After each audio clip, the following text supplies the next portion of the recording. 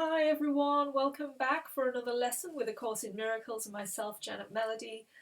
We're working on A Course in Miracles workbooks lesson 159. So turn to your book 159 if you have it. If not, there is a link under this video so you can read all the content there. So I'm going to go straight into today's lesson, read through the text, and then we'll see where we are at the end of it. Okay. So today's lesson is, I give the miracles I have received. I give the miracles I have received. So we're getting deeper into this giving and receiving like yesterday. So here we go. No one can give what he has not received. To give a thing requires first you have it in your own possession. Here the laws of heaven and the world agree, but here they also separate. The world believes that to possess a thing, it must be kept. Salvation teaches otherwise. To give is how to recognize you have received. It is the proof that what you have is yours. Yes, in this world we do give and we think we're losing something when we do that, and that is not the case in the world of truth. Every time you give, more comes, and give, more comes, and give and give. Can you imagine that? You'd be on like, gosh. And that is what life is about in the truth, in the world of heaven, in the world of true perception. You give and you receive. And it doesn't have to come directly from that person. You give and it comes in another form. You give and something else happens in your life. You give and you feel good in your heart. It just constantly keeps coming back at you the more you do this. The more you cling on and think, oh, this is all I've got. If I give you that, no, I'm going to lose out. Then that is suffering. And yeah, you're going to be contracted. You're going to just constantly not be able to feel the opportunities that are in abundance to come back for you. So let us continue. You understand that you are healed when you give healing. You accept forgiveness as accomplished in yourself when you forgive. You recognize your brother or sister as yourself, and thus you do perceive that you are whole. There is no miracle you cannot give, for all are given you. Receive them now by opening the storehouse of your mind, where they are laid, and giving them away. It really is in our mind and how these things are perceived. You shift the perception and it's like there's an overflowing of abundance that comes. It's the perception that's stuck in suffering, lack, grievances, all of these things. As long as you keep seeing that, you will constantly see that in the world. You've got to shift the way you see the world. You've got to kick away the thoughts that are going, no, this is not true, this is negative, this is wrong, that person did this. You've got to really become aware, and it is so difficult, don't get me wrong, it's not an easy task, because those thoughts keep coming and keep coming, you get tired of them and you're tired. You have to realize they are not powerful, they're just thoughts. They can go like water past a stream, just gone. It's when we attach to them, we give them power, because they're not powerful in their own strength. They're just not. They're just a thought.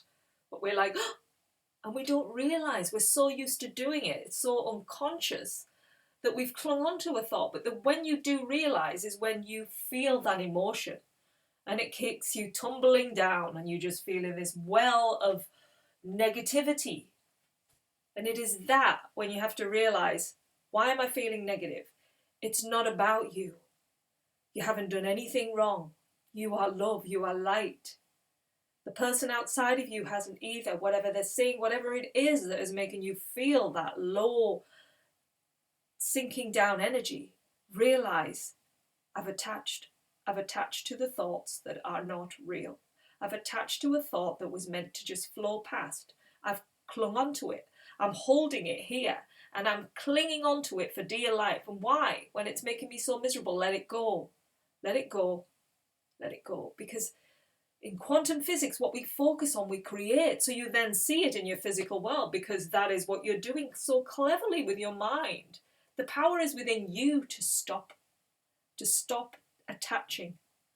And that is what I pray for us all to let go of, because it's then that the world will change. When we stop believing, when we stop making our thoughts so real in this world, when we stop that, then we can suddenly have that moment of just true clarity and peace and be like the world around us, the nature around us, that is just going about its day in a peaceful equilibrium.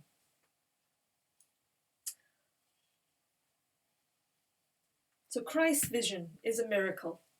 It comes from far beyond itself, for it reflects eternal love and the rebirth of love which never dies, but has been kept obscure. Christ's vision pictures heaven, for it sees a world so like to heaven that what God created perfect can be mirrored there. The darkened glass that the world presents can show but twisted images in broken parts. The real world pictures heaven's innocence. Christ's vision is the miracle in which all miracles are born. It is their source, remaining with each miracle you give, and yet remaining yours. It is the bond by which the giver and receiver are united in extension here on earth, as they are one in heaven. Christ beholds no sin in anyone, and in his sight the sinless are as one. Their holiness was given by his Father and himself. Christ's vision is the bridge between the worlds, and in its power can you safely trust to carry you from this world into one made holy by forgiveness. Things which seem quite solid here are merely shadows there, transparent, faintly seen, at times forgot, and never able to obscure the light that shines beyond them. Holiness has been restored to vision, and the blind can see. Yeah, we can finally see, because we are blind as we're living like this. We are living with a totally different... It's like we're not totally blind in the sense that everything is dark. We're blind in the sense that we've got a completely different pair of glasses on and we're viewing the world and seeing all of these things around us that are just not there. It's like, it's just madness. It's a mad world that we're viewing and we're creating and we're making more of it, and we're just like, we're making more abundant suffering, when really, when we dawn the light and the holy mind opens up and the light shines through those eyes and others see it because they feel it.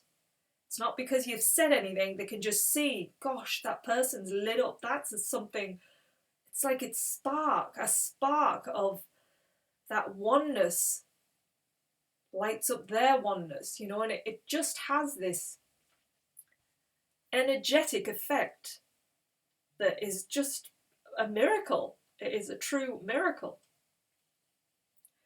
So this is the Holy Spirit's single gift, the treasure house to which you can appeal with perfect certainty for all the things that can contribute to your happiness. All are laid here already. All can be received but for the asking. Here the door is never locked, and no one is denied his least request or his most urgent need. There is no sickness not already healed, no lack unsatisfied, no need unmet, with the golden treasury of Christ. Here does the world remember what was lost when it was made, for here it is repaired, made new again, but in a different light. What was to be the home of sin becomes the centre of redemption and the hearth of mercy, where the suffering are healed and welcome. No one will be turned away from this new home where his salvation waits. No one is stranger to him. No one asks for anything of him except the gift of his acceptance of his welcoming. It's almost like the world changes, but it's ultimately we change. So it's like you're walking in a world that feels alien to you right now. And it's all problems, and you've got to try and figure it all out, and you've got to make sure what's coming, the future, make sure that what happened in the past doesn't come back again. So you're constantly walking around on this planet in that way. Now, when the light finally dawns, it's almost like your mind suddenly cracks open and it sees in complete clarity the holiness of everything. And it's a remembrance. It's like, oh my goodness, I remember now. I remember the truth. I remember the peace and joy that resides in me. I remember, I can't believe I've been living this way. It's finally, I knew there was something, I knew there was something I was searching for. And I was searching outside in all of those places, but it was in here all this time. I just forgot. I forgot who I was. Now I remember, and now I see everybody, and I remember truly what they are as well, because they are me and I am them. And that is when everything just becomes a place of true peace. It's like, ah. And that feeling of just pure, just excited, like energy is like, I'm home. I'm finally home. All of this searching, all of this time, I'm home, I'm home, I'm home, and it's just, everybody can feel that. Everybody can feel it because it's there in us all. And we're searching, we are searching. You're searching. You're searching for something in your work. You're searching for something to achieve. You're searching. You've got to do this. All of this energy you're taking to try and find what it is. But it's in here. It's in your heart. It's in your soul. It's just so waiting for you to recognize it again. Because it's never left you. You were born and it was there with you all that way. It's been with you all this time. It will stay with you forever and ever and ever and ever. It's here. It's your life force. It's your God energy inside. It's the source of love, whatever you want to call it, what you feel it, you know it. You do know it. And these lessons are bringing you closer and closer towards it. And you'll get snippets of it and you'll feel that joy. And other days you might fall off and you might be in a complete thundering and that's okay too. Because it's in those suffering moments sometimes that it wakes us up. Because we realise that's not who I am. That's something else. That's something completely separate from who I am. And no matter what that moment was, you were always loved in it. You were always given the light because it's there. And it wanted you to connect with it. And maybe it had to get you to that suffering place for you to just give up and surrender and just go, oh, I can't do this anymore. And it's in that moment when we finally just let go of all the striving and the trying to get here, there and everywhere, that something beautiful starts to open up. And maybe it opens up and it closes again. But it's always there ready to open up again. It never dies. It just waits for you to come back and so it can open up. And the more you open that up and give that to others, it keeps opening up more and more and more. And that's what this is. This is a complete giving today. A giving because you finally know what you are, who you are. That's the beauty.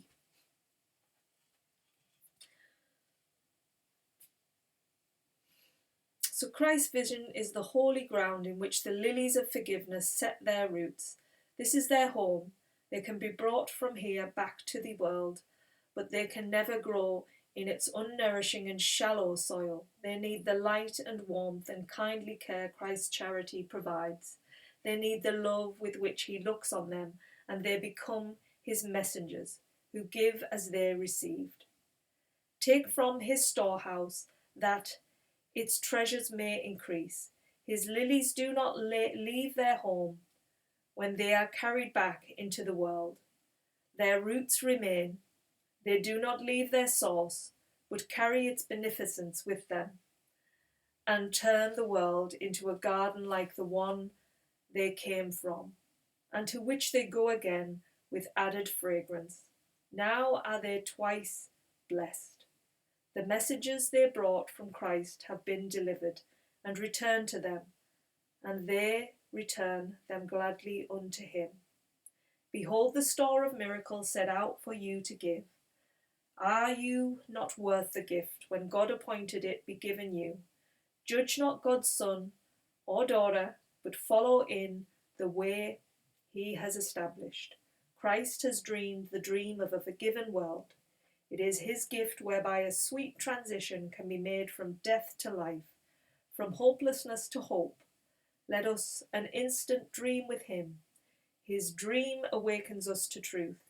His vision gives the means for our return to our lost and everlasting sanctity in God. Wow, so that's our lesson today. I give the miracles I have received. And it's saying there that we're almost like lilies, you know. We receive a lily, we know we are that lily. It's like the lily represents the light. And so we take that lily with us and we give it to others and it grows. This lily is like a magic lily that expands itself to others. And when we give more lilies, more are received. It's just like that constant unfolding until the world is just covered in this beautiful like light. That we've all suddenly grown and realized, you know, the earth beneath our feet is something that is just going to hold us all in a beautiful energy when our minds and our bodies and our soul, when we connect to the soul, comes back through the mind and the body and onto the planet, and it just lights up everything. So today, give the miracles you've received. Give the miracle of what you are inside. Extend it out. Just keep giving it out, and it will return to you. It will return to you. That is what this lesson's about. Noticing the miracle returning to you in all its different forms. Know that you're always given. When you receive, you give, you receive, you give, you give, you receive,